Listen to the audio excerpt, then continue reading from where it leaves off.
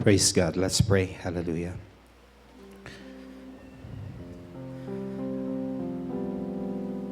We stand in awe of you, our God, our King, our God who never changes. You are the same from eternity to eternity. And that's why we are still here, Lord, because your love endures forever. Thank you for your wonderful presence today. Such an honor to stand before you, Lord, and again to be ready to receive from you. Help us, Father, to fully receive. Give us understanding. Holy Spirit, we do depend on you to do your work today in the lives of every one of us. Those who are here in the hall, outside, to those who are wherever they are joining us today, and those who will be watching later on, Father, we pray for your much grace to abound to everyone. Father, our desire is that your perfect will be done and that your name alone be exalted in our midst. We thank you, Lord. In Jesus' name, amen. Amen. Happy anniversary, 45th anniversary. Hallelujah. Tell your neighbor, happy 45th anniversary. Amen and amen. Good morning. Hallelujah. Our God is worthy of our praises. Amen. It's so wonderful to come in this wonderful day of this second day of our seminar. And praise the Lord for this opportunity. I want to thank God for this wonderful opportunity He has given me. Thank God for our Bishop Moses, our Global Overseer, Bishop Rachel, and to all our bishops and to all our pastors, all the overseers here in the Philippines. Thank you for the privilege. Thank you so much. And I know that when we're given an opportunity or a privilege like this, it is a trust. And I hope and I pray that as I depend on the Lord, that it is God indeed who will speak to us today. Because I know that there are many actually who can stand here that God can use also, but I'm so privileged to stand here before you. Our topic today that is given to me is the tabernacle. Medyo nagkaroon po ng parang medyo nahirapan ako dito dahil 5 oras lang ang nibigay sa akin. Hello? Ilang oras ba? Pero ang haba-haba po ng ating topic nga ito. Amen? We have a very, very broad topic, the tabernacle. It's not easy to just give you in a capsule. I have a series of teaching on this that would take us at least 1 week, hello, to study. Yeah. Our global overseer is giving me a bonus. Praise the Lord. And so I prayed and asked God. Last night I was praying, Lord, how would you want me to do this? What do you want me to tell to your children? Because this is very broad, Lord. And so help me to give this in such a way that meron naman silang babaunin. Amen? Meron silang matututunan na hindi lang tabernacle, ano yun, pagkain? Who among you here, by the way, familiar ka na sa tabernacle? We are familiar. Very, very familiar. Yeah? Sino ang hindi pa masyadong familiar sa tabernacle? Itaas mo lang kamay mo. Para lang alam ko kung yung iba. Bakit kanina parang 10 ang nagtaas ng kamay? Ngayon, sino ang hindi pa talaga hindi mo pa alam ang tabernacle? Taas ang kamay, honestly. Hindi, ewan ko yung iba. Hindi ko na maana. But For the sake of yung mga iba na hindi pa masyadong familiar sa tabernacle, you are in my mind.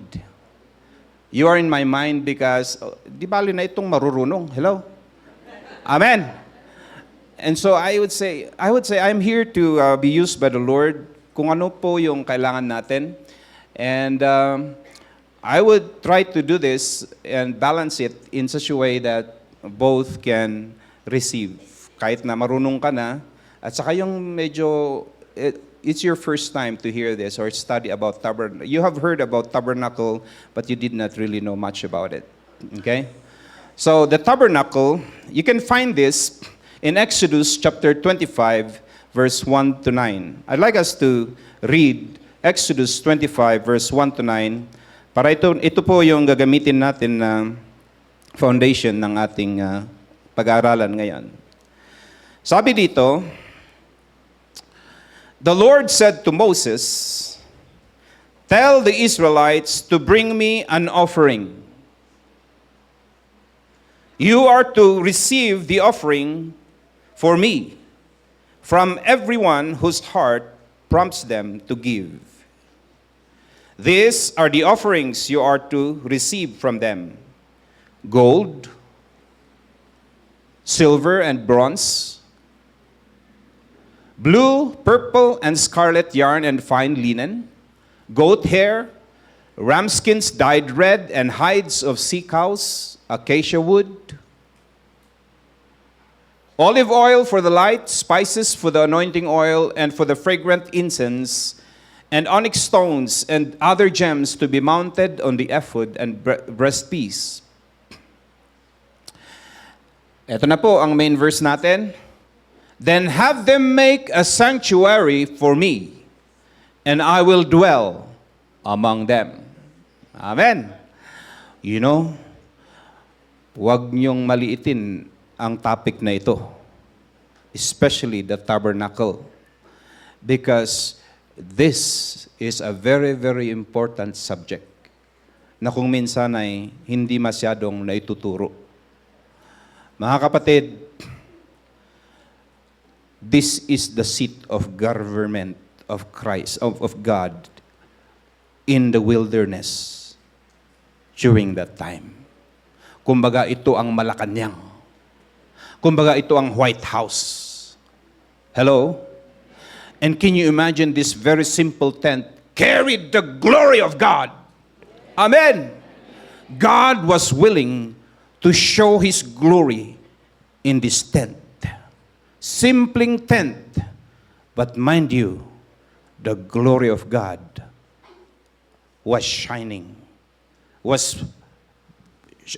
bright in that tabernacle. Kaya wag ito talagang napaka-importante. Amen? Sabihin mo sa katabi mo, importante ito. Okay, let's go. I'd like us to see the slides that I took bits from what I was teaching during, ito pong series of teaching. I took bits from my slides. So let's go to the next one. Ito po, what is a tabernacle? Oh, kita nyo ba? Yan. A tabernacle is a tent, a portable tent. It's a center of worship for the Israelites in the wilderness during the Exodus until they reach the promised land. The tabernacle is a tent. Parang ano lang kasi, tabernacle, parang kakaiba. You know? Pero tent po, it is a collapsible tent. Kasi po, they are on the way to the promised land. So meaning, they cannot put it permanent. Hindi katulad po ng mga church building natin na permanente. No? But this one is a portable tent. Okay? And it is also called the tabernacle of testimony or the tabernacle of meeting or temple of Jehovah. The origin of this, the design and everything, every furnishing, everything about the tabernacle was designed by God, purely by the Lord, by God Himself, because every detail and everything that is being done, lahat po ng nangyayari, lahat po ng nandun sa tabernacle, speaks of nothing but Christ. Si Kristo lang po ang focus ng tabernacle. Kaya very prophetic po itong tabernacle dahil ang pinupuntiryan nito ay ang ministry na ginawa ng Panginoon nung siya ay dito sa lupa. Kaya sabi ko sa inyo, medyo malalim po, no? Pero, yan. Let's proceed. I did not intend to give you all the verses, but nandun na kasi yan sa aking file, so I have to put it, but it's there anyway.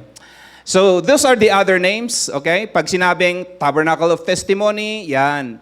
Tabernacle of Meeting, this is the same as the Tabernacle of Moses, lahat yan. Temple of Jehovah, or the Sanctuary, or House of Jehovah, those are all the names that we find in the Bible pertaining to this tabernacle. Yan po.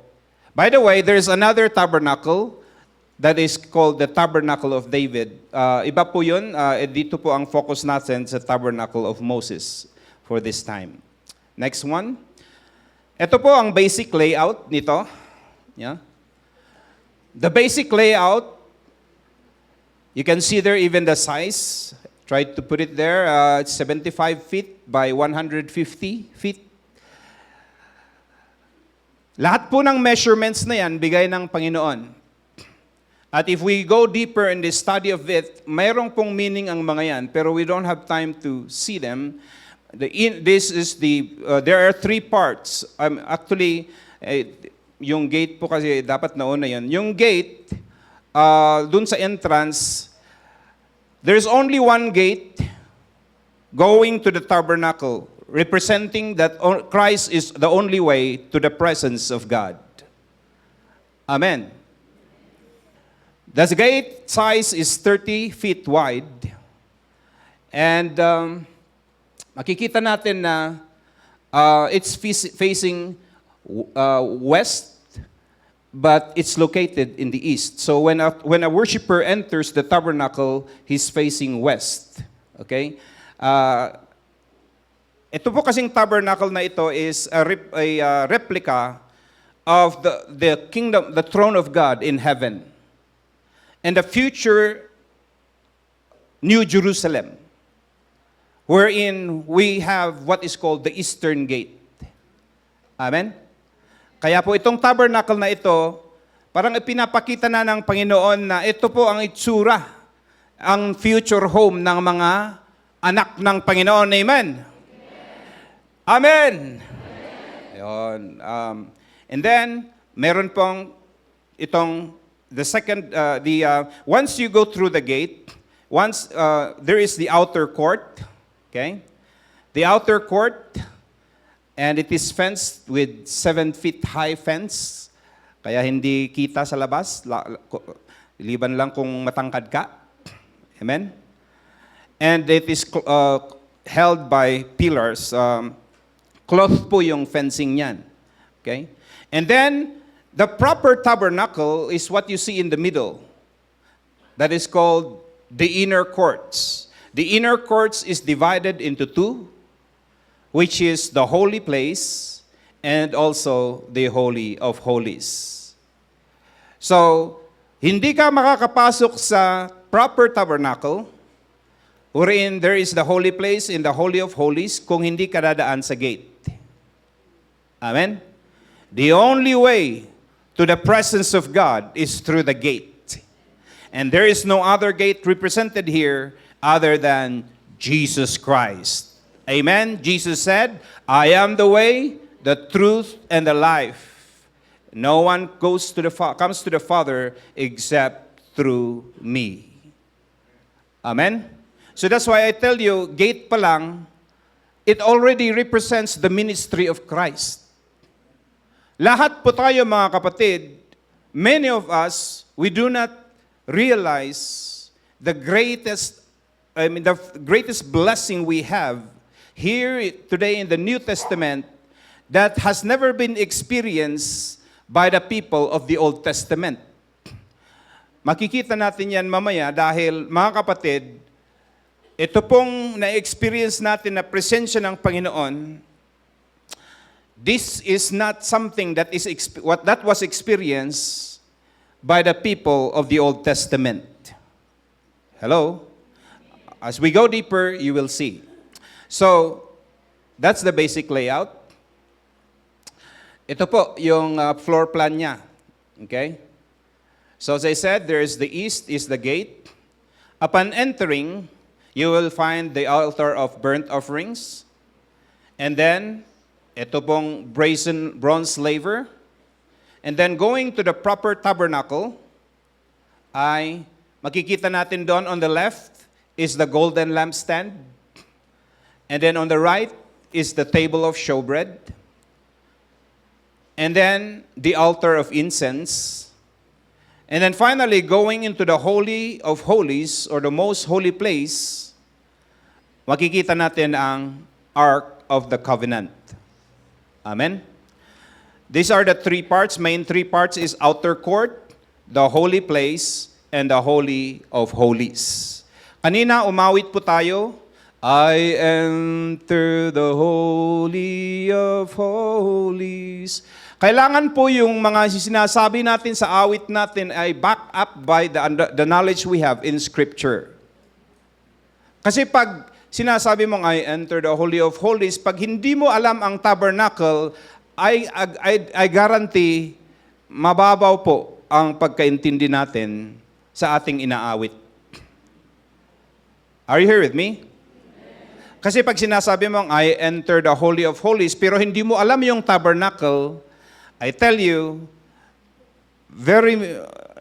napakababaw po ng pag-worship natin. Why? Dahil ang pagpasok sa Holy of Holies, ay hindi basta-basta pinapasok ng kung sino-sino. Once a year lang nakakapasok dyan ang pare. And it is only the high priest. Amen? That is the Day of Atonement, Yom Kippur. I'm going advance here, but just to tell you that tayo ngayon, if we only understand the holiness of God, ay talagang walang pwede sa atin na makapasok dyan sa Holy of Holies. Pero lahat na tayo, I enter the Holy of Holies. Parang ang dali-dali lang. Hello? But you know what? No one among the Israelites is allowed to enter there. Hello? Only the high priest, tapos once a year pa. And kung hindi siya malinis, ay talagang pati siya mamamatay. Amen? Oy, ganun pala kahuli ang Panginoon. Pero ngayon, parang everybody can just go. Kung ayaw mo pa, pwede. Hello? I mean, we just take it for granted. But if you understand it, ay, ganun pa, Lord, I don't even deserve to come to your presence. And when you understand that, the more we become humble. And the more our worship becomes real. Do you understand what I'm saying? Dahil nakikita natin ang sarili natin, we don't deserve to come to the presence of the Lord. But praise the Lord, because of the blood of Jesus. That's why yung awit natin, I enter through the blood of the Lamb. Purihin natin ang Panginoon. Amen! Hallelujah! Sabihin mo sa katabi mo, buti na lang. Amen. Hallelujah. Whew. Otherwise, you and I do not have any right. Hello, we don't have any privilege to go there. Wala. Okay. Pero no, dito muna tayo. Yan. Next. Ito, the importance of the subject. The importance of this subject is, alam nyo, there are 50 chapters that deals with the tabernacle. There is what is called the principle of much mention. Yeah? na pag ang isang subject sa Biblia ay talagang binigyan ng Panginoon. Di ba this book is the Word of God? At ang Panginoon ang author nito. At pag ang Panginoon ang naglagay dito ng napakaraming topic about tabernacle, ibig sabihin, importante yan. Kung hindi importante yan, hindi sana binigyan ng Panginoon ng napakalawak na parte dito sa Biblia. Nakukuha natin? So ibig sabihin mga kapatid, ito pala ay bakit kaya binigyan ng importansya? God could have put another topic there para itong 55 chapters ay iba-ibang topic sana yan. Bakit binigyan ng Panginoon why did God give so much emphasis on the tabernacle? Ibig sabihin, importante. When it comes to the subject of creation, isang chapter lang yan compared to 50. Amen. So sabihin mo sa katabi mo, importante talaga ito. Amen. This is very important. Okay? So, ito po kasi, this God's holiness and His redemption plan is revealed in the tabernacle. You and I are in the heart and the thoughts of God when He gave the command to Moses, Moses, build me a tabernacle, because I will show you the plan I have for the salvation of those in the Philippines. Amen. Amen. And of course, the whole world. Kasama na tayo dito. Because originally, lahat po tayo, we are Gentiles. And you know what the Bible terms for Gentile? Aliens. Hello? How many times you read in the Bible, if there are aliens residing among you, it says there is sabihin mo sa takab, if you are not a Jewish by blood, you are an alien in the old, as far as the Old Testament is concerned, And the New Testament, we are called foreigners. But praise the Lord, kunana ijay Acts chapter 3, we are no longer foreigners. Amen. We are now citizens of heaven. Amen. Because of what Jesus did on the cross, that through this tabernacle, ito pala, when Jesus came, He came to fulfill what the tabernacle was all about. Lahat po ng ginagawa sa tabernacle na ito ang kung bakit pumarito ang ating Panginoon para He will fulfill the demands of the law. That all the rituals in the tabernacle ay finulfill po ng ating Panginoon, Jesus. Amen? So it details also how a sinful man can approach a holy God. Alam niyo po, ang tabernacle na ito, it really shows the holiness of God, that hindi basta-basta na ang isang taong makasalanan ay makalapit sa Kanya. Alam niyo, if there is no shedding of blood, there is no one who can come to God.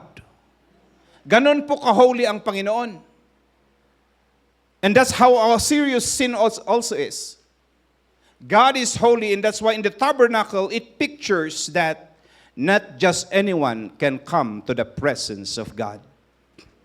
The tabernacle tells us that God is holy. Amen. Walang basta nakakalapit sa Kanya. Hallelujah. Pero ngayong sa New Testament, parang simple lang yan sa atin, ano? So Old Testament, talagang this is a very serious thing. So I hope that we will also take it seriously. Number 4 is, the tabernacle is a replica or a copy of heaven's throne. Sabi ko kanina, eto po. Kaya lang po, tent ito. Siyempre sa langit, it will be glorious. Amen? Kaya lang yung pattern niya, it will be the same. Amen? Katulad po ng ginawa ni Solomon na templo, ganyan po yung pattern niya.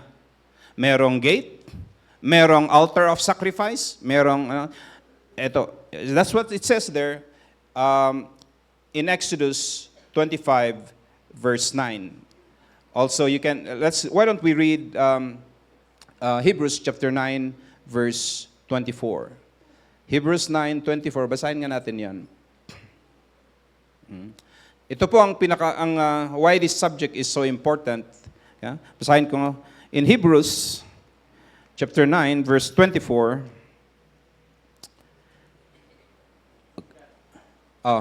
For Christ did not enter a man-made sanctuary that was only a copy of the true one. Meaning to say, when Jesus died, Jesus came as the high priest. When a high priest enters the Holy of Holies to atone for the sins of the people of Israel, he does not go in there by his own blood. He goes by the blood of animals. But when Jesus came, he did not enter a man-made sanctuary. He entered heaven itself. Hello? And the blood that was used for him to be able to enter that place is his own blood. Amen. So, he entered heaven itself now to appear for us in God's presence. Anyway, just to point to you that the replica of the Moses tabernacle is a replica of heaven's throne. Okay. Are you hearing me? Yeah. I'm trying to avoid baka mawala tayo. Okay. Next, the purpose and significance of this. Eto na. Mga kapatid, yung sinabi po ng Panginoon kay Moses, build me a sanctuary and I will dwell amongst my people. Ito po reveals the heart of God. Na ang Panginoon talagang He loves His people so much. Na kahit makasalanan ang kanyang mga tao, He wants to dwell among them.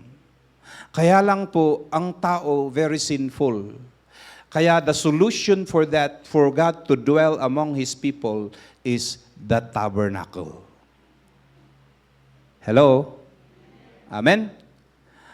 Pero gusto ko pong makita natin, when we were worshiping a while ago, the Lord impressed something in my heart. Sabi niya, tell the people, this is how much I love them.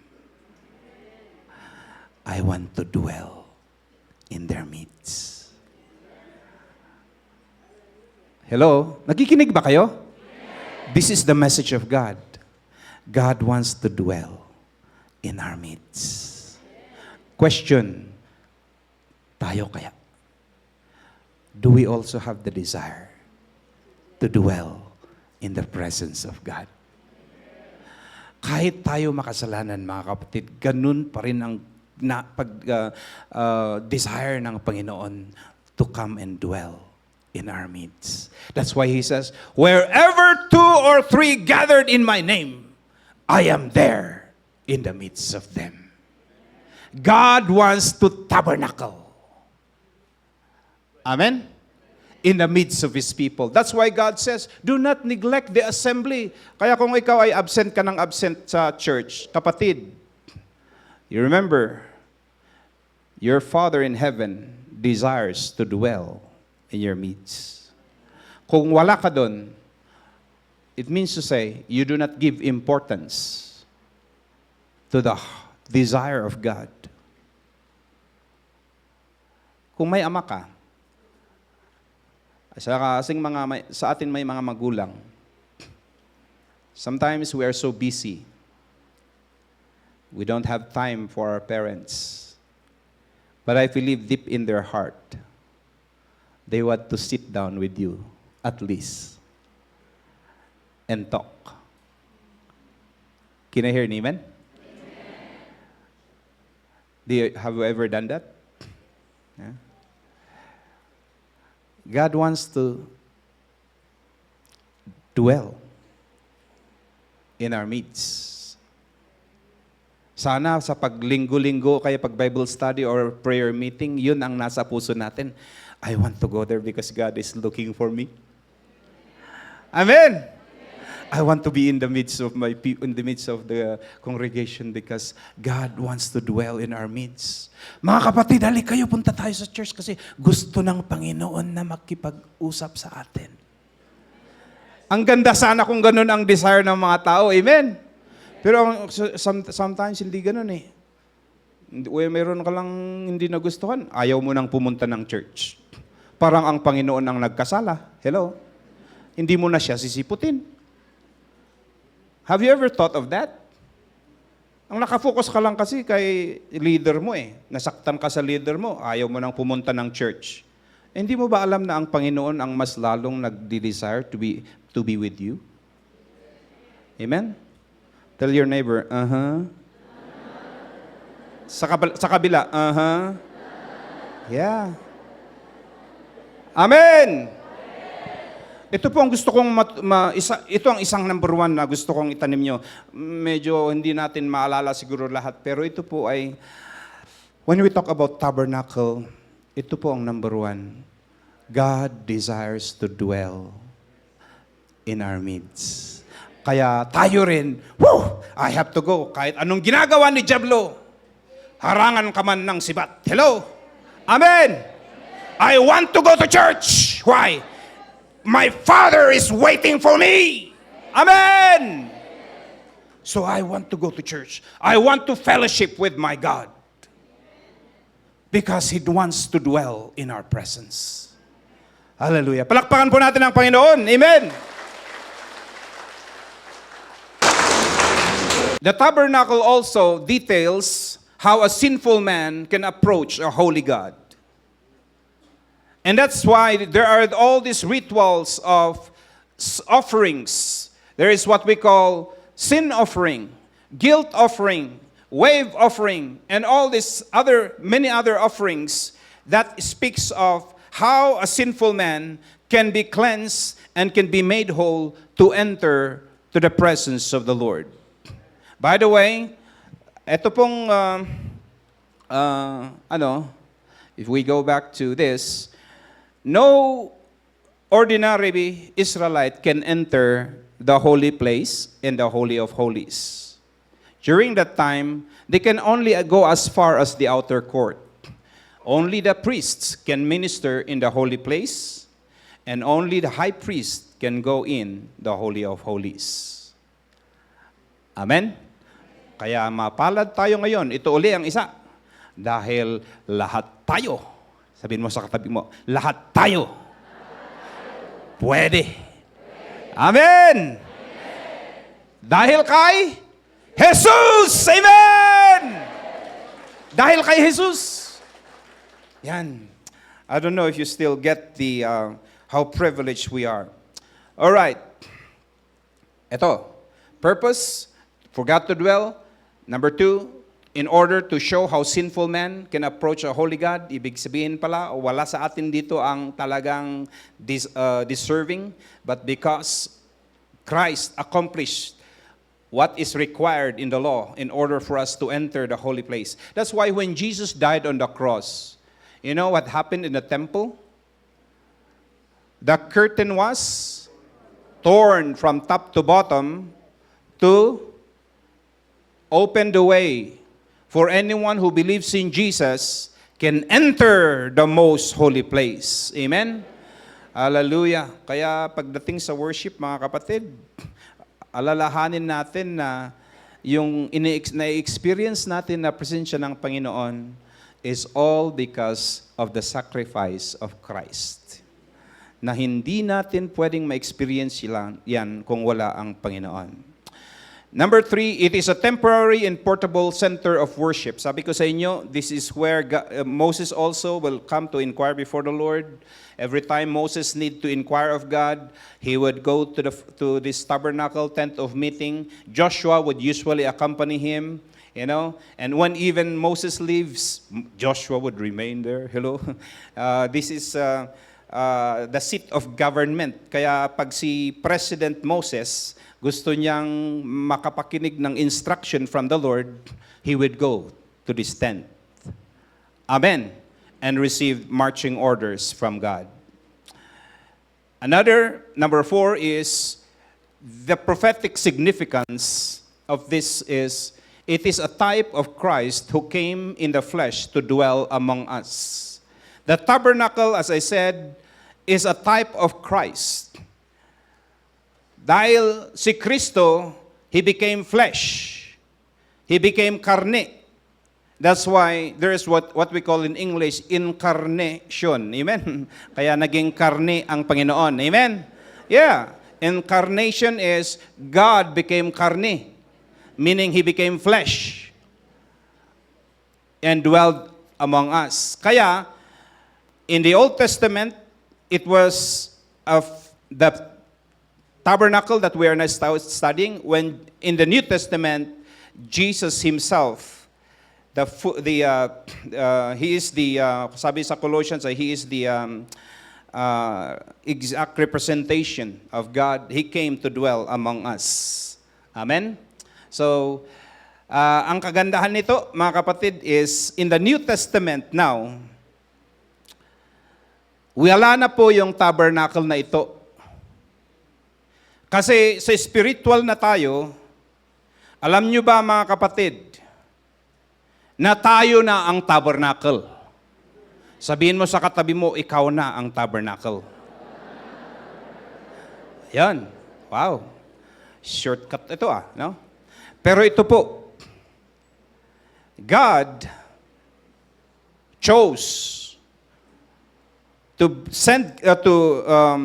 give us His Son, Jesus Christ, to die on that cross, to pay the price for all our sins, so that God, to those who believe, God will come and dwell in their hearts. So, instead of God dwelling in a tent, we are now the tent. That's why even this temple is temporary. Amen? But we are now the tent. God dwells in every believer by the Holy Spirit. In 1 Corinthians 3:16, it tells us there that, don't you know that you are the temple? Ikaw na ang tabernacle. Hallelujah. Tignan mo nga ang katabi mo. Nagmumukha bang tabernacle? Amen. Don't you know that you yourselves are God's temple and that God's Spirit lives in you? Eto na po. Medyo lumalalim na po tayo. Pero this is now the setting in the New Testament, which is actually a prophetic message during the time of the Old Testament. Ito po actually ang pinapakita. Mababasa natin lahat yan sa Hebrews chapter 9, sa chapter 10. Yun pong sinasabi dito na Jesus came and fulfilled all this that is in the Old Testament. Amen?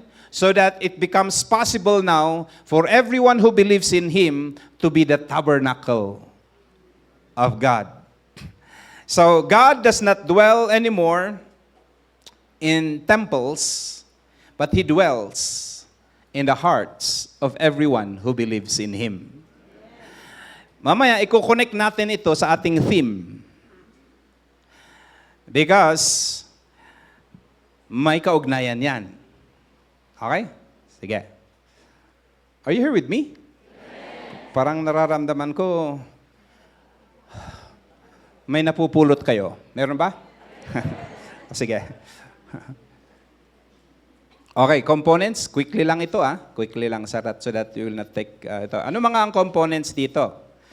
Dito sa tabernacle. Ano yung mga furnishings? Okay? Tignan natin. Ito, number 1. Sabi ko kasi sa inyo, para yung mga hindi pa masyadong familiar, at least makita nila. Number 1, as you enter the gate, ang unang makikita mo in the outer court is the brazen altar. Amen? Ito pong brazen altar na ito is made of acacia wood and overlaid with bronze. It is the altar of sacrifice, means altar means high. Okay? The altar was higher than all the other furniture inside. It speaks of the cross of Christ on Mount Calvary. So, ang pinakamataas po na furniture, pinaka-high na furniture sa tabernacle is the altar of sacrifice. Amen? At ito po ang pinakauna, sabi ko kanina, makikita mo. As you approach the Holy God, you cannot bypass this. Why? Because this is where sin is dealt with. Before a person can enter into the presence of the Lord, kailangan mo nang masolusyonan yung kasalanan. Amen. Kaya ang unang-unang nandun sa pag ikaw yung worshiper, gusto mong pumunta sa presensya ng Panginoon, we have to deal with our sins first. Amen. And there is what is called, yes, we are forgiven in Christ Jesus, but there is what is called also daily repentance. Kailangan po natin lagi na magpalinis. We need to humble ourselves and ask God to cleanse us every time we come to His presence. Can I hear an amen? Amen. Ito po, okay? This is representing Christ Jesus, that He is the sacrifice, the only sacrifice. Ito po kasi, every year, the high priest would offer sin offering for all the people, and then ask forgiveness from God and brings the blood of the sacrificed animal into the Holy of Holies on the day of Yom Kippur for the forgiveness of the sins of all the people of Israel. Pero si Jesus, nung ibinigay niya ang kanyang buhay at His blood shed on the cross, once and for all, He is the final sacrifice. Amen? Wala na pong ibang kaya po hindi na tayo nagkakatay dito ng animal. Wala na po yung altar of sacrifice na yan na physical dahil Jesus paid it all. Amen? Ang application lang nito sa atin ngayon is personal. Na kailangan nating magpakumbaba at magpalinis sa Panginoon. Amen? In order for us to approach the presence of God. Kaya, sabi ko kanina, the tabernacle really displays or reveals to us the God, the holiness of our God whom we are worshiping. Ayan. So, praise the Lord. The next one is the laver. Ito, ano yung laver? This is a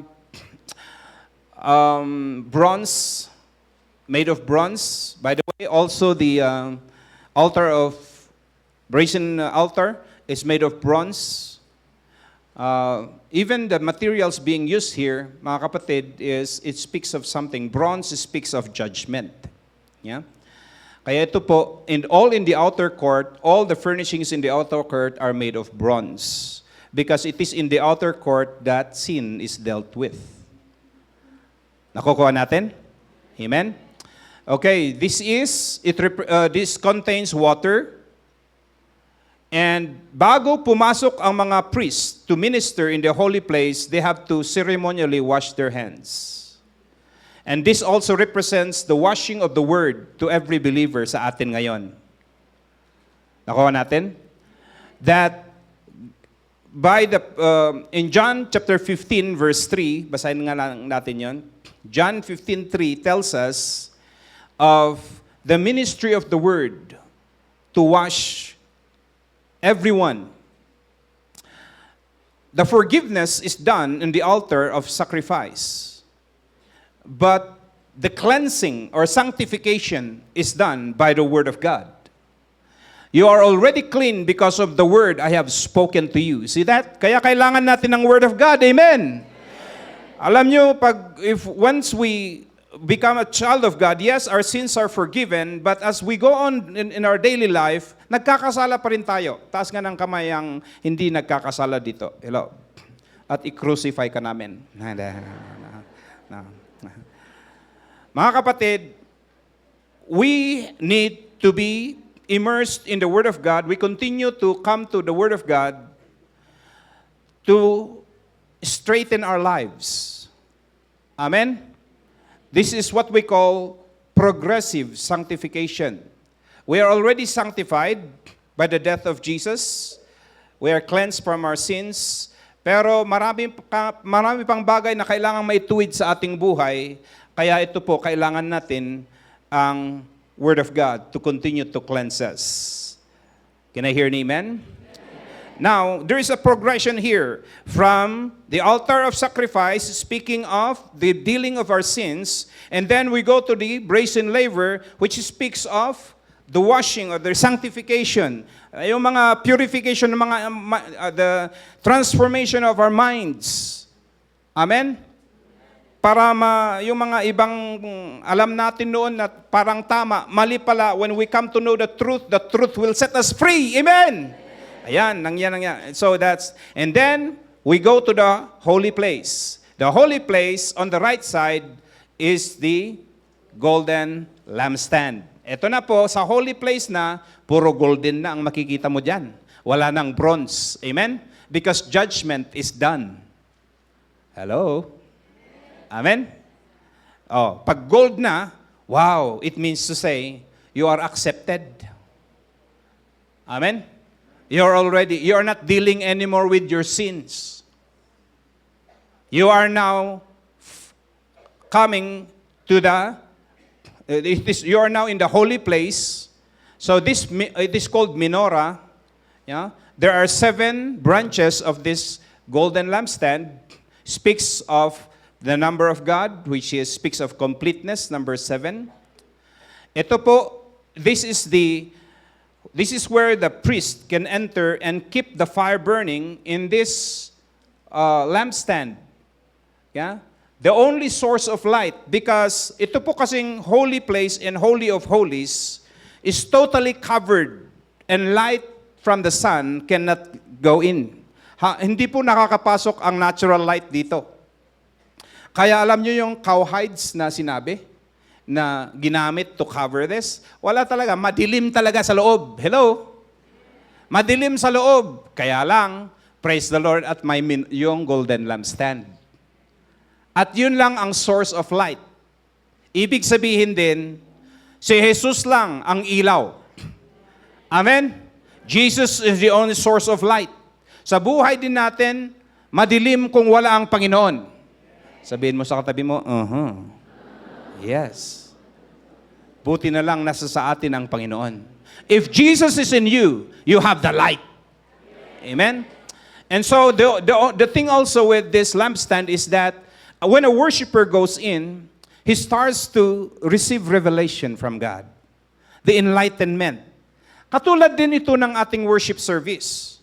Ang worship service natin, we start with intercession, dealing with cleansing. Amen? And then we start with praises. Correct? And then we go, and then our praises, though, can be psalms, or hymns, or spiritual songs. Later, we will connect all this together.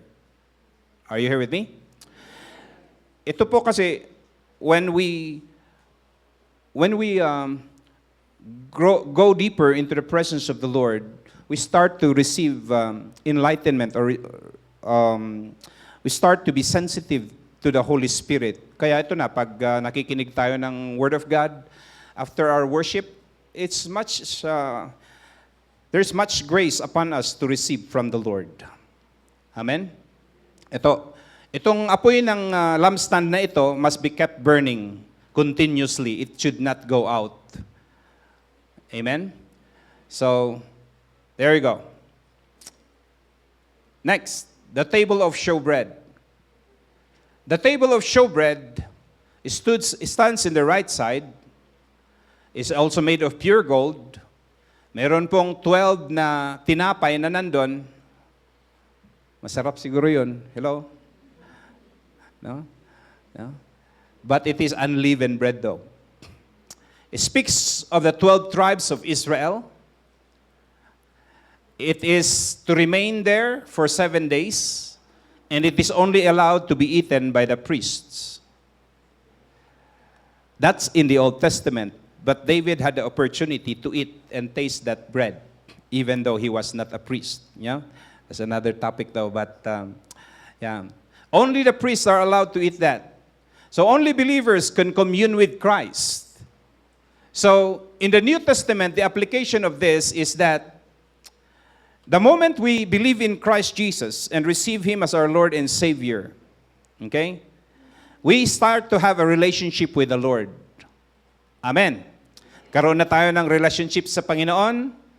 Actually, in the New Testament, everyone who receives Christ as Lord and Savior becomes a priest. Sabihin mo sa katabi mo, hello, priest. Okay. Di ba sabi ko sa inyo dito, only the priest is allowed to eat that bread. Ibig sabihin, dahil priest ka na, allowed ka na ba?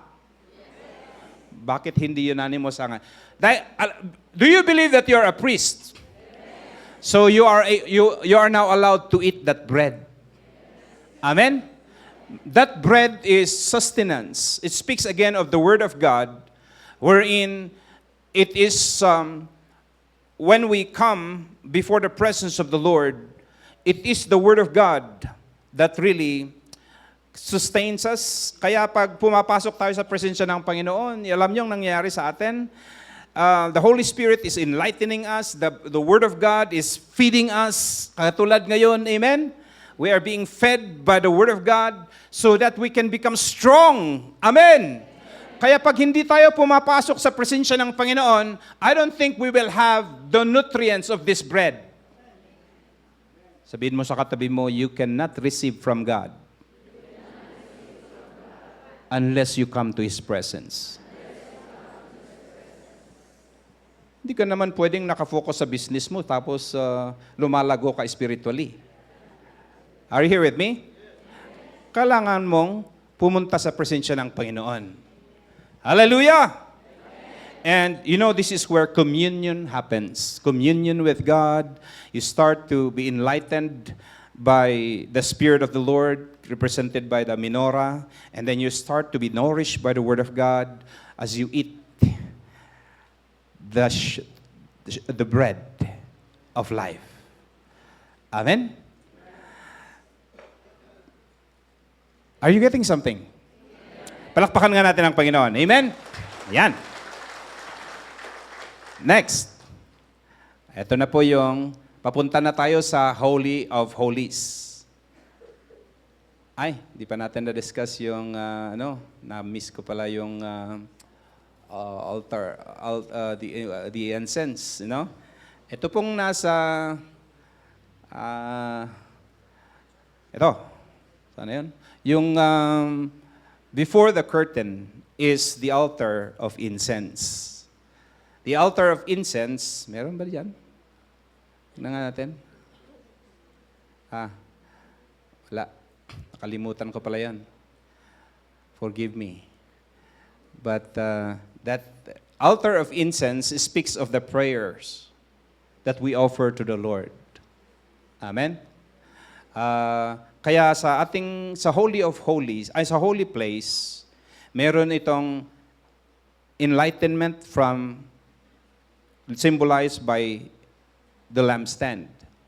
We receive revelation, we receive enlightenment from the Lord.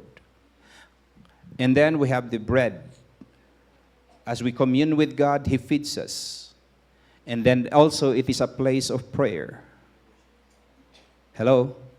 It is also a place of prayer when we can now lift up our petitions to God. Kaya hindi po basta-basta, mga kapatid, ang basta na lang na you hear from the Lord, or you can just, of course you can pray everywhere. But there is really a time where you can come before the presence of the Lord and worship Him and hear from Him, and also say your prayers to Him. Amen? All of these are done in the holy place. Kaya, gusto kong ngayon, pag nakapasok na tayo sa presensya ng Panginoon, unless the Lord convicts us of something, let us not focus on, pag nararamdaman mo na ang presensya ng Panginoon, you become so emotional na nakafocus ka sa sarili mo.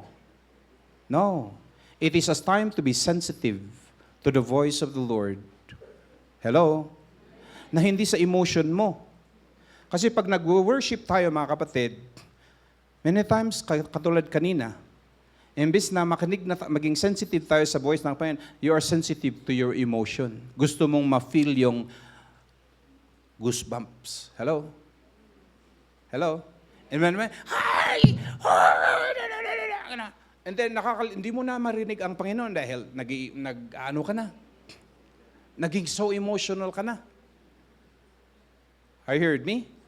But to enter the holy place is a time to be sensitive to the voice of the Lord. Hello? Huwag kang magwala dyan na parang gusto mo pang kunin ang attention na andyan ang Panginoon na gumagalaw sa'yo. You don't have to do that. Are you here with me? You can be, the spirit of the prophet is subject to the prophet. Amen? And you can just, there's emotion, but hindi yung out of control. Okay? Because this is a place wherein you can give your prayers to God also. Are you here with me? Okay, next. The Holy of Holies. Ito na. This is a perfect square. It's a cube. Because the length, the width, the height is all 15 feet. It's a cube. It speaks of the perfection of God. If you go also in the book of Revelations, you will see that the temple is a perfect cube. Amen? Have you ever studied in the book of Revelation, the future home of the saints? Hello? Amen? Yan. You cannot enter this most holy place unless you pass through the veil. And ito na po yung sinasabi ko kanina na that veil was torn from top to bottom when Jesus died. But in the Old Testament, yung veil na yon, walang it's seamless. It's diretso lang. Kaya ang papasok sa presensya ng Panginoon sa Holy of Holies, which is only the high priest, kailangan mag-humble siya. Amen? In order to go into the presence of God. So, meron tayong awit na, within the veil. Inaawit pa ba yun? Ayun? Inaawit niyo pa rin? Within the veil, I now would come into your holy place. Ito po yung awit na yon. For those who do not know, this is what we are singing. That is the veil that is being spoken in that song. Amen? Praise the Lord that within the veil we can now come, although we are not high priests, but because of the high priest who died for us, we can now come into the presence of God. Amen? Thank you, Jesus. So, ito po yung sinasabi ko kanina na only the high priest can enter into the presence of the Lord, into our Holy of Holies, and that is only on the day of Yom Kippur or the Day of Atonement. But praise God, He entered there once so that everyone who believes in Him now can also enter into the presence of God. Bakit ko inulit-ulit ito? Para po makita natin, mga kapatid, na we are so privileged.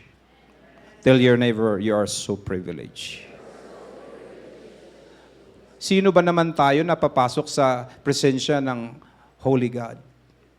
Amen? And so, every time we come to worship, glory to the Lamb. Siya lang ang pwede nating, siya lang ang karapat-dapat na papurihan dahil because of Him, we can now commune with God. So in the Holy of Holies, ito po, we find the Ark of the Covenant. This is the final destination of a worshiper. This is the goal. Huwag kang huminto sa court. Huwag kang huminto sa the holy place. Dahil bitin, hello? Kailangang pumunta ka sa Holy of Holies. Ito po, makikita mo doon ang the Ark of the Covenant. The Ark of the Covenant, it should be one topic ito. Dahil marami yan. No? Pero makikita natin dyan na it is made of pure gold. And then there is this cover. It's you can see it's a box that contains the pot of manna. A golden pot of manna. It's a sample of the manna na kinakain ng mga Israelites noon. It also contains the rod of Aaron and also contains 2 tablets of the 10 Commandments. Kaya akala nyo walang tablet noon? Meron. Hello? Amen! Nauna ang Panginoon na may tablet. Yan. So, may meaning lahat yan. But this is the symbol of God's presence, itong Ark of the Covenant. It was God's throne on earth among His people. It is also called the Ark of Testimony. Kaya, mga kapatid, this Ark of the Covenant is the piece of furniture that represents the presence of God. Amen? In between this cherubim that is on top of the cover, in between the cherub is called the mercy seat. In between the cherubim, there the Lord speaks to the high priest or to Moses. Amen? And there, God gives His marching order to Moses. So praise the Lord. Yan po, mga kapatid, ang very simple lang na picture ng ating tabernacle. I mean, please pray that maybe I will be able to put in a booklet ito pong series of teaching natin about this tabernacle. Amen? So that at least we can have more details. But ito kasi ang gusto kong ipakita sa inyo ngayon. Ito. Let's go. Ay, wala na pala. Nantok na kasi ako eh. But I'd like you... meron. Dapat meron. What's that? Where's the... ito.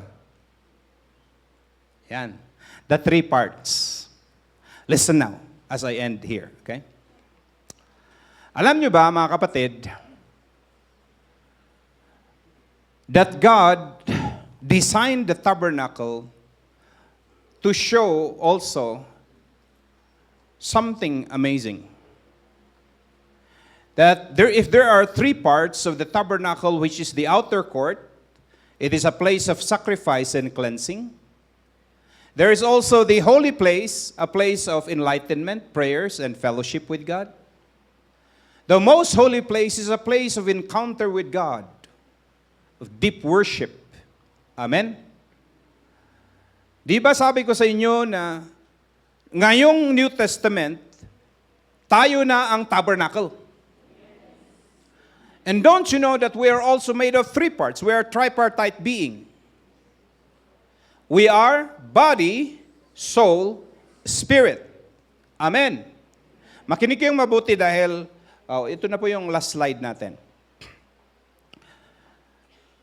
The body speaks also, the body is the worldly conscious part of man. Amen?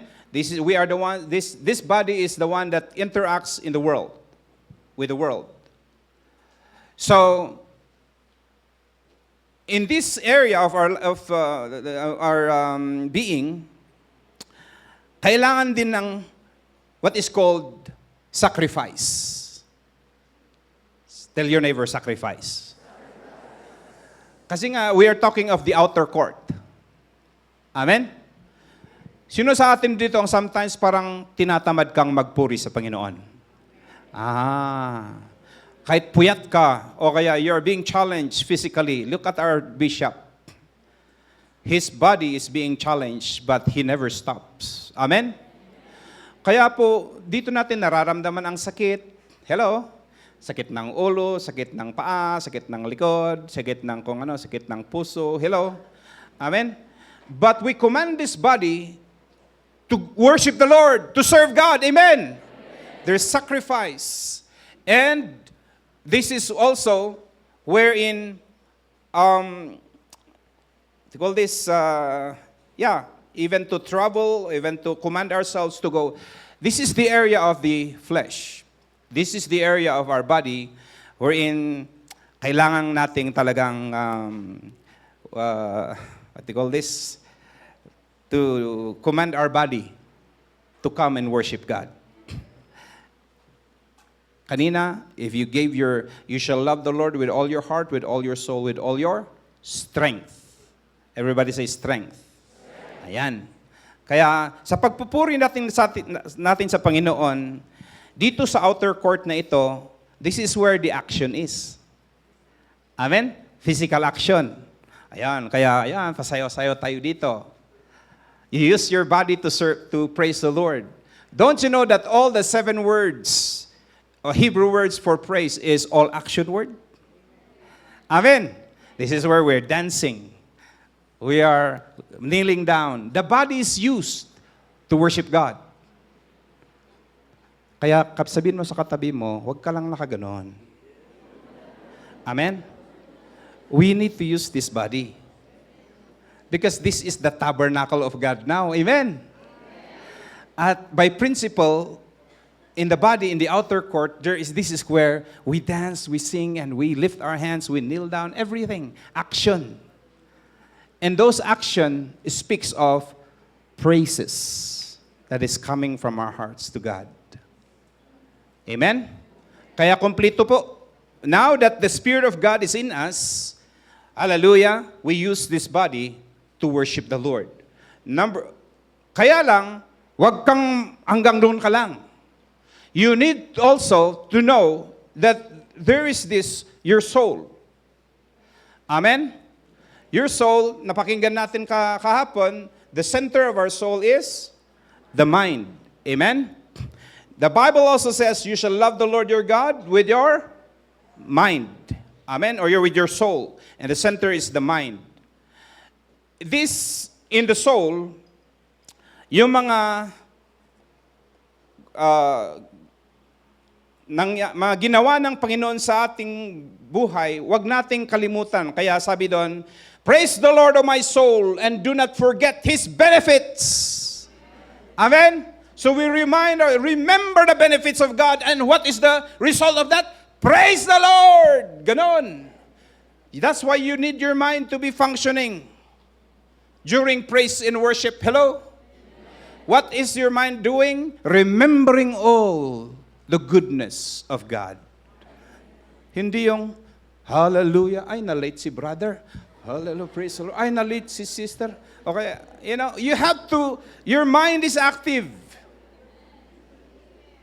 Speaking of all the goodness of God, remember all the goodness of the Lord in your life, and it will cause you to dance. Kapatid, wala bang ginawa ang Panginoon sa iyo na maalala mo? That is worth celebrating for. If you know that God has blessed you with, if you remember them, are you not supposed to rejoice? Kasi parang kung wala kang masyadong blessing, okay, sige, sabihin natin, you don't have much to rejoice about. But if you are so blessed by the Lord, remember all the benefits of God. It causes you to dance for Him. Amen! Sabihin mo sa katabi mo, unmat ah. That's why we need to use our mind. Remember all the benefits of God. Because God has blessed you with so many things on how. Remember how He healed you. Remember how He answered your prayer. Remember that time you did not have anything, God provided. Remember all this? Psalm 103 speaks all of that. Okay, basahin natin. Psalm 103, starting in verse 2. What does it say there? Okay, let's verse 1. Okay. 1, 2, 3. Go. Wala pa pala. Praise the Lord, O my soul. You see that? The soul. Praise the Lord, all my soul, and all that is in my inmost being. Praise His holy name. Go on. Praise the Lord, O my soul, and forget not all His benefits. Sino ba ang nakakalimot? Di ba yung isip natin? Yeah? And then, verse 3, who forgives all your sins and heals all your diseases, who redeems your life from the pit and crowns you with love and compassion. Amen. Everybody read. Who satisfies your desires with good things, so that your youth is renewed like the eagles. The word stretches in justice for all the oppressed. Mga kapatid, you are not lacking a reason, and God will not fail to give us reasons to always praise Him. Amen? Ang problema, na-amnesia tayo. Pagdating natin sa church, parang lupaypay ka. Di mo man lang maalala na ang daming blessing na ginawa ng Panginoon sa iyo. Kaya sabihin mo sa sarili mo, mahiya ka naman.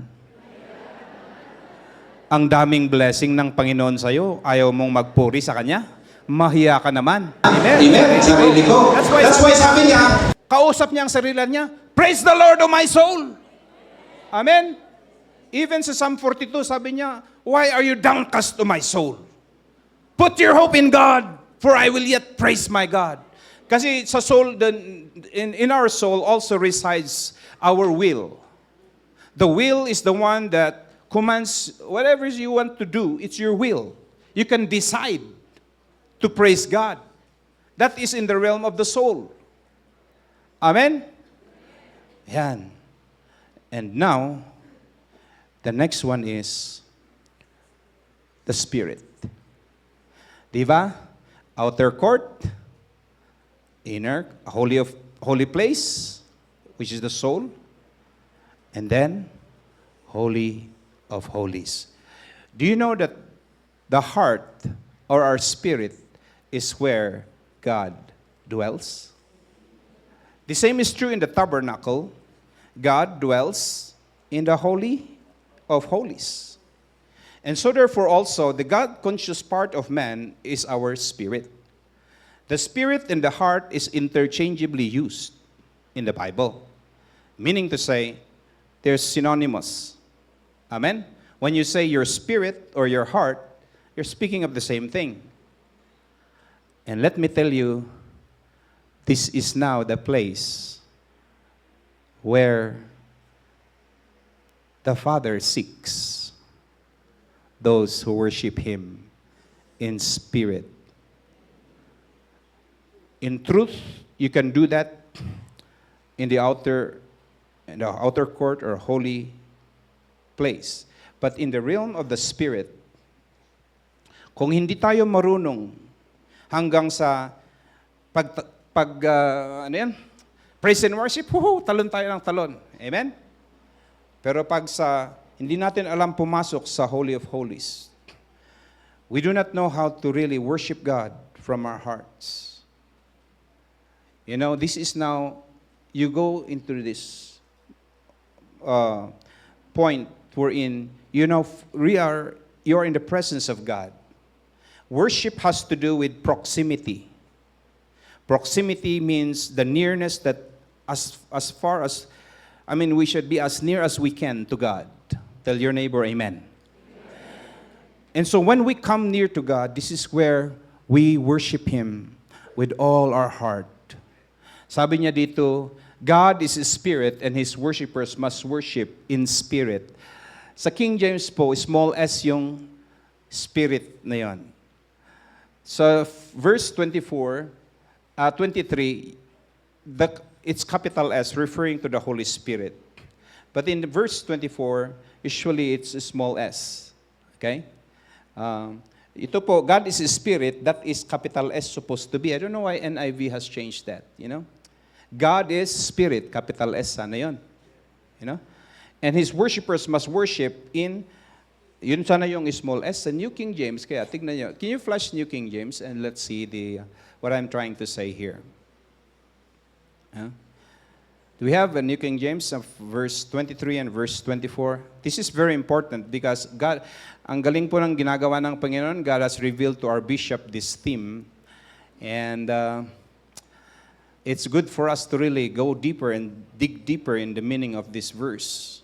But the hour is coming and is now when the true worshipers will worship the Father in spirit and truth. For the Father, see that, small s, is seeking to such to worship Him. And then, God is a spirit, which is capital S. Those who worship Him must worship in spirit, small s, and truth. The small s speaks of the spirit of man.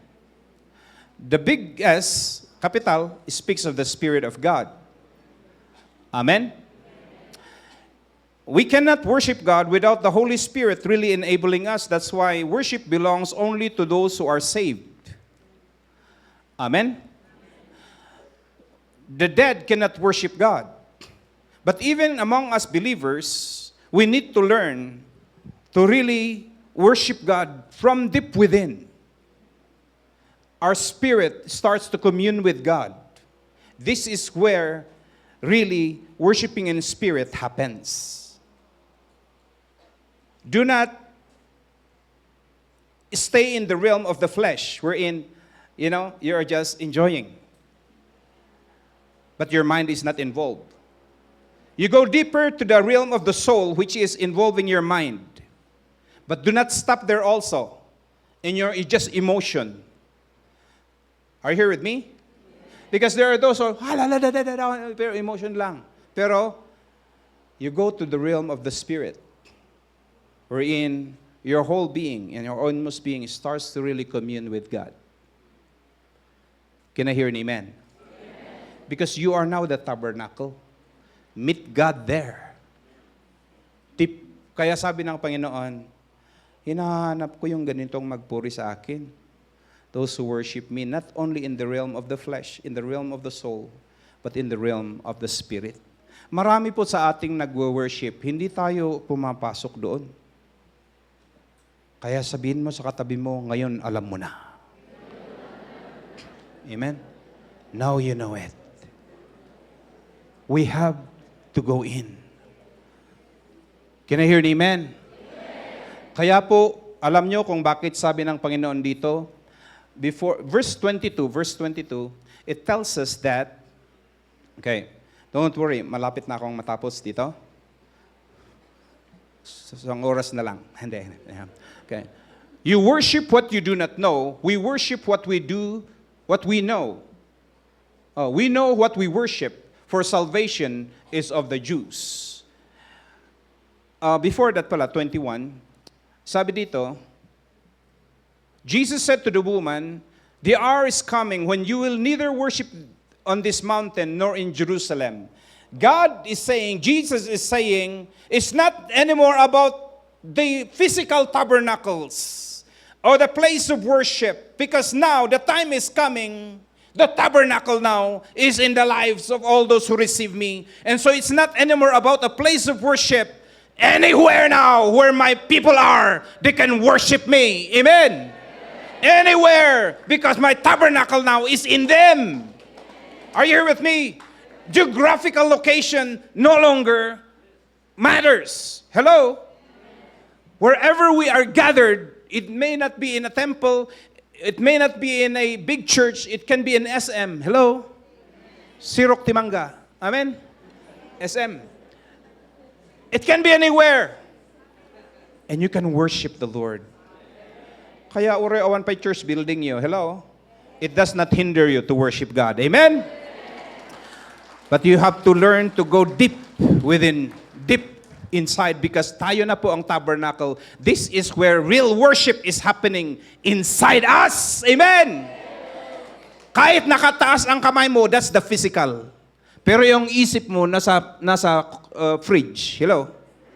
Amen? Kahit naka-kneel down ka, naka-bow down ka, pero iba ang iniisip mo, you're not yet in the spirit. Can I hear an amen? Kahit emotional ka, you cannot be, it does not mean to say you're already in the spirit. Are you here with me? How? When you really, with all your heart, worship God. Ganun po. Let me end with this. Go to the slide. Ito na po. Ephesians chapter 5. Ilas natin to. Ephesians chapter 5. There are three kinds of songs that again speaks also of the three parts of this tabernacle. There is this psalms, hymns, and spiritual song. Have you ever seen the connection of those three? Bakit mayroong tatlong klaseng song? At bakit mayroong tatlong part ang tabernacle? At tayo din na tao na naging templo ng Panginoon, may tatlong part tayo. At bakit may tatlong klaseng awit? All of this has to do, they are all related together. We are commanded in the book of Ephesians, chapter 5, verse 18, do not get drunk on wine, but be filled with the Spirit. Amen? And then, the moment he said, be filled with the Spirit, he now gives us how to do that.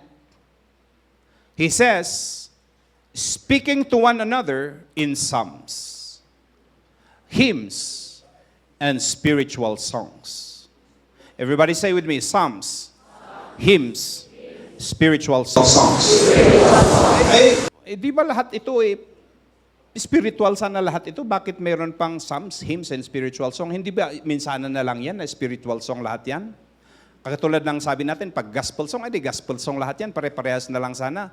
But why would God gives us details like this? Why? Because there are differences. Amen? And the difference is this.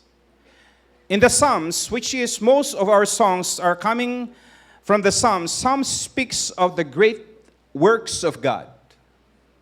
The things that He has done. Amen? And we celebrate the greatness of God, the miracles of God. All the wonderful works of God we speak when we sing the Psalms. And this is where we celebrate the victories, all the blessings that we receive. All of this, when we sing them, we're talking about the wonderful works of God. That's in the Psalms. Are you here with me? Amen. And this is where, hallelujah, we celebrate. Ganon, ang ganda. Amen. It is commanded that we sing Psalms. And the book of Psalms, doon po galing karamihan ng ating mga praises songs. This is the day, name it, dami pong. But that's in the realm, the first, like the outer court. Kaya nga, sa mga worship leaders, usually, in the pattern of the flow of worship, in the outer court, we sing psalms. Correct? Amen? Kaya,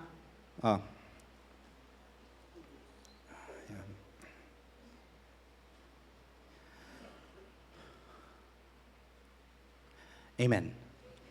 Praise God. Oh, makiki-amen kayo. Anyong mga mo, di ay.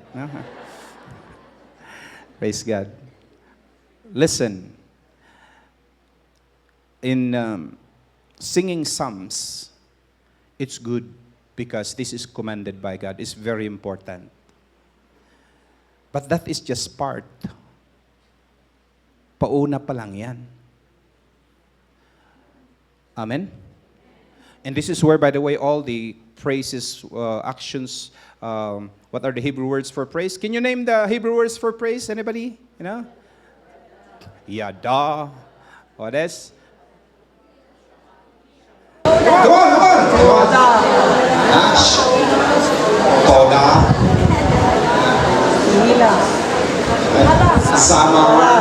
Samar is to play instrument and praise God. Barak is to kneel down, bow down. What else? Iba yun. Tigila is praise also. But anyway, it all speaks of action. The all action, di ba? Nandun yun. Kasi pag nagpupuri tayo sa Panginoon, andyan. Kaya Psalms, commanded yan. Tell your neighbor, commanded.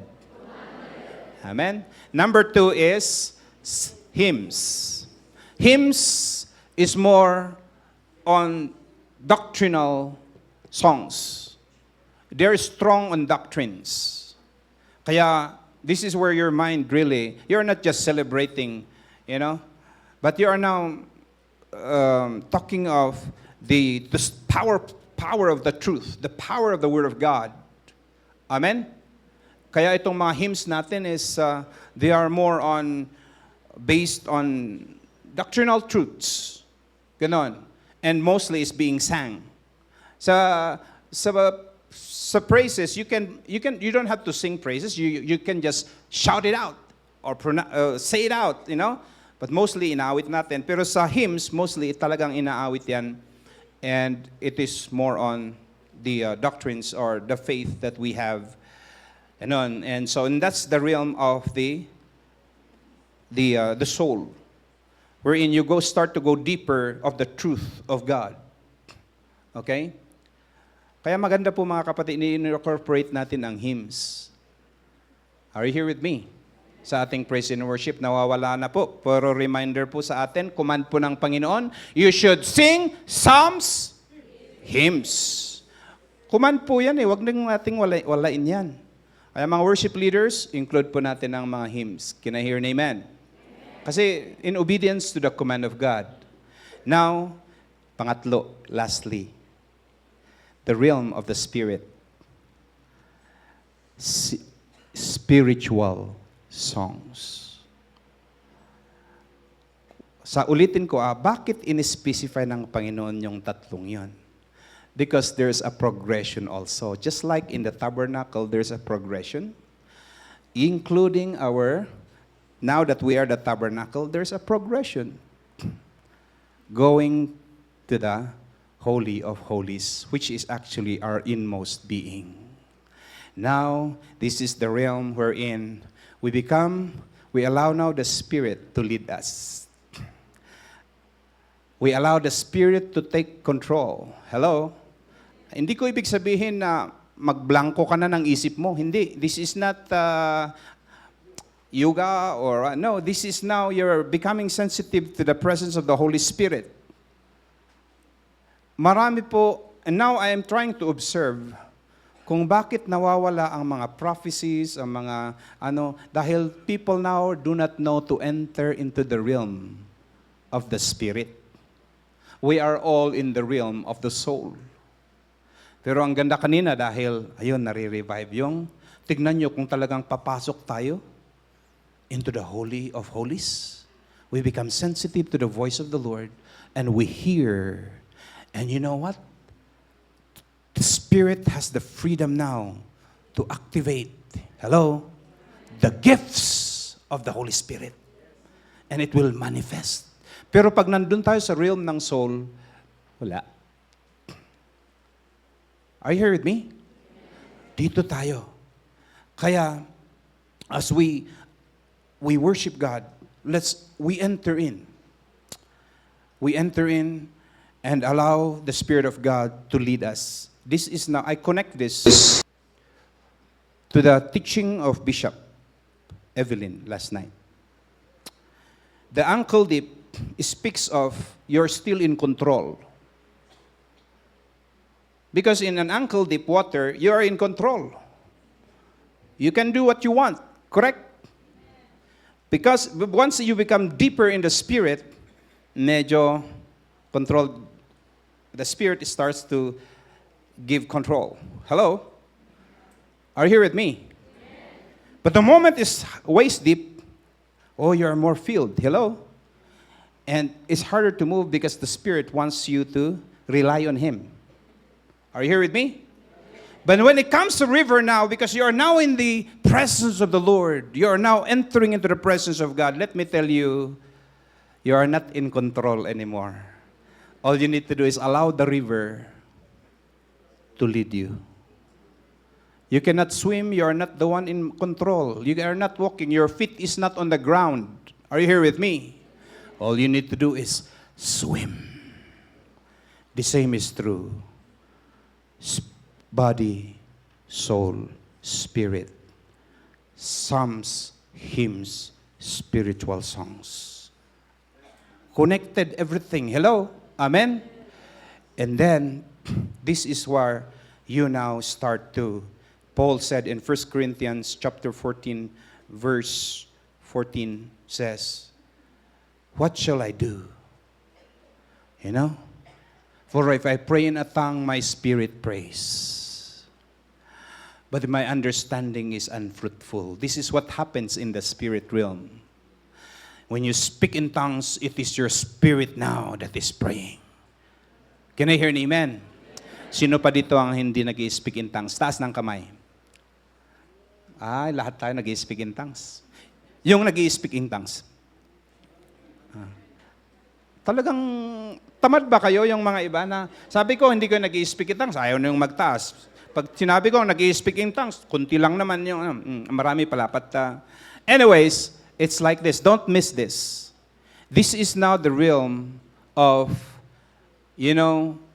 when you speak in tongues, you are now in the realm of your spirit.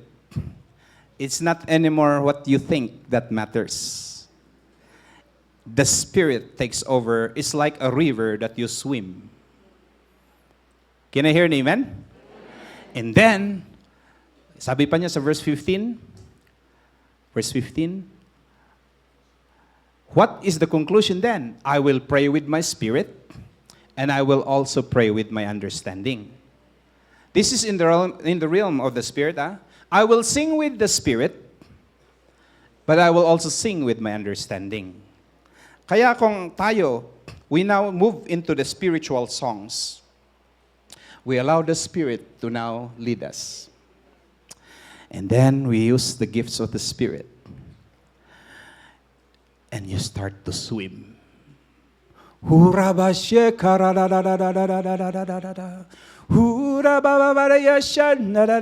God is looking. God is a spirit, and those who worship Him must worship in spirit. And He sees the people of free believers. Hello? Amen! And this is and the Spirit sings with us and leads us. Hallelujah. Body, soul, spirit. Outer court, holy place, holy of holies. Psalms, hymns, spiritual songs. Are you here with me? These are all interconnected. Ankle dip, waist dip, knee dip, swim. Hello? Which do you want? Many of us are stopping in the realm of the soul. Soulish worship. Hello? That's not totally bad, but do not stop there because we have to go inside. I hope you learned something today. May the Lord bless you all. Hallelujah. Thank you, Jesus. Thank you, Jesus. Thank you, Jesus.